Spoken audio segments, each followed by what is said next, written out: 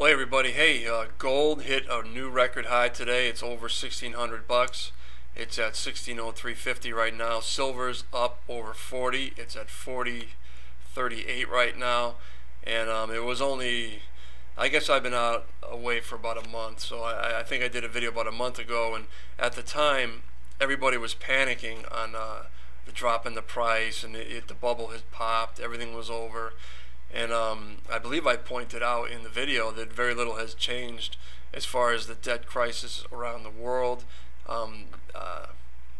any other Federal Reserve, political situation in America, the clueless politicians. None of that had changed, and that there wasn't really any need for panic. But I've been going over some things. I've been away from the computer a little bit, but I've been going over some things that have sparked my interest, and that is, there had been a lot of talk about empty megacities in China, cities that were built and that are now just sitting empty. And everybody was talking about how it was pointless and they were going to lose money. And all that may be true. Maybe in the short term, some of these businessmen will lose their shirt. But I can tell you, a nation of 1.6 billion people will at some time populate those cities. And they still have a plan right now in the books to build 20 of those cities every year till 2015. So they don't appear to be stopping. If something happens in their real estate bubble that everyone's calling is going to pop, well, then that may change a few things here and there. But what isn't going to change is that eventually part of the population of that 1.6 billion people, they're going to move into those cities. Right now in Asia, we have 137,000 people a day migrating from the farms and going into the cities. Now that's Asia-wide, that's not just China. So the Asian population itself is wanting to improve its standard of living, to get away from the farms and get down into the cities. And the one thing you should know about cities is that cities are a big consumer of, obviously, energy, number one. But if there's a giant megacity that is today sitting vacant and will one day house hundreds of thousands of people, perhaps millions, and as big as these cities are in Asia, they probably will house millions, you have to consider that in those buildings, in the dwellings, they're going to have computers plugged in, they're going to have telephones, they'll have cell phones, video games, they'll have appliances that I probably can't even think of off the top of my head right now, but all those things are going to be plugged in, so it's going to consume enormous amounts of energy.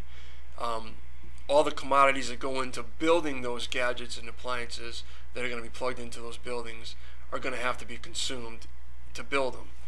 So regardless of what happens short term in the global economy, at some point there's going to be millions of people living in those dwellings. There'll be events going on in the sports arenas, all the things that they've built. You can go online. I'll put a link down below. You can see a picture of a recent megacity, and also I'll put a link to the Google Maps. You can follow the whole thing around.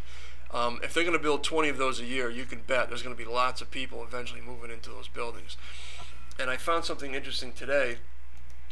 Really, I just want to capture the attitude of one of the migrant workers coming off the farms in China and moving down into the cities.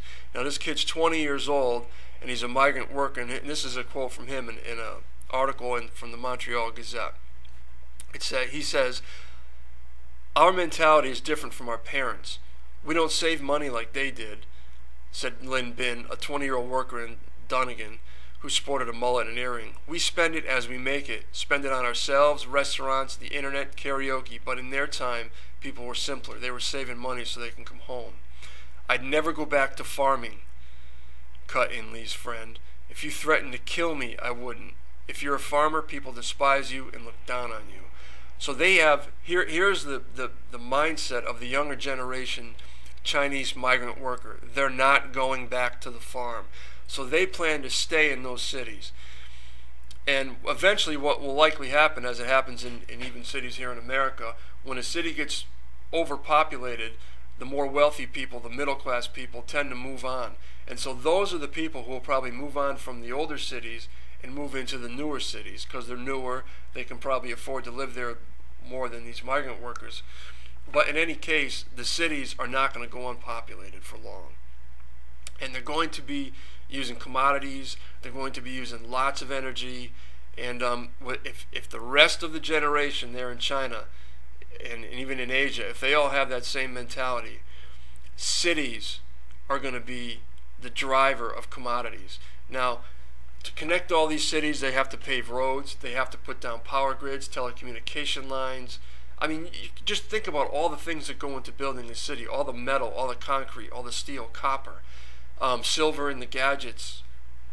I mean, palladium and platinum in the catalytic converters in the cars and the public transportation that's going to be driving around. There's going to be a big surge in a need for commodities once these cities become populated. And regardless of what happens short term, if the world economy takes another dip, which it already is, I don't think it ever came out of the dip, but if it stays beat and we have commodity prices at these levels, can you imagine when they start to get good news about economies growing around the world, where these commodity prices are going to go? I mean, that includes copper, oil.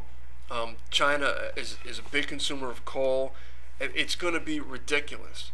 So, I just want to point out that yes, China's building these mega cities, and they may be empty right now. They're not going to be for long. You can move over to India. India's building solar cities. They're building their own cities, brand new cities, but they're going to be using solar panels to power a lot of the public lighting and a lot of the public energy needs that the city supplies. And obviously, 20 grams of silver going to the average photovoltaic panel. And they're building dozens of these cities around Asia or in India specifically. So keep an eye on what's going on in the cities like that. I mean, migration across Asia into the cities is not slowing down, and these people want to improve their station in life. They do not want to be farmers, which on the other end, that shows you right off the bat there, if they have that attitude, there's going to be a shortage of farmers. And in a country with 1.6 billion people, and India has 1 point whatever billion people, they need to feed their people. They're going to need farmers. They're going to need to be buying food. And it appears right here there's going to be a shortage of them. So regardless of what those short-term fluctuation of prices are in silver and other commodities, the long-term outlook and the long-term view for commodities is off the charts. And you hear many people say, I wish I knew 10 years ago that silver was going to go to the heights it's at. I wish I knew 10 years ago that gold was going to go to the heights it's at now. This could be your opportunity to say, you know what, I figured this out 10 years ago, and this is the time to make decisions of an investment opportunity for maybe your retirement or maybe just for a little later in life when you can cash in. So maybe I just gave you direction to look in. Search the internet, discover some of these things for yourself, and you can make some of your own decisions. Take care.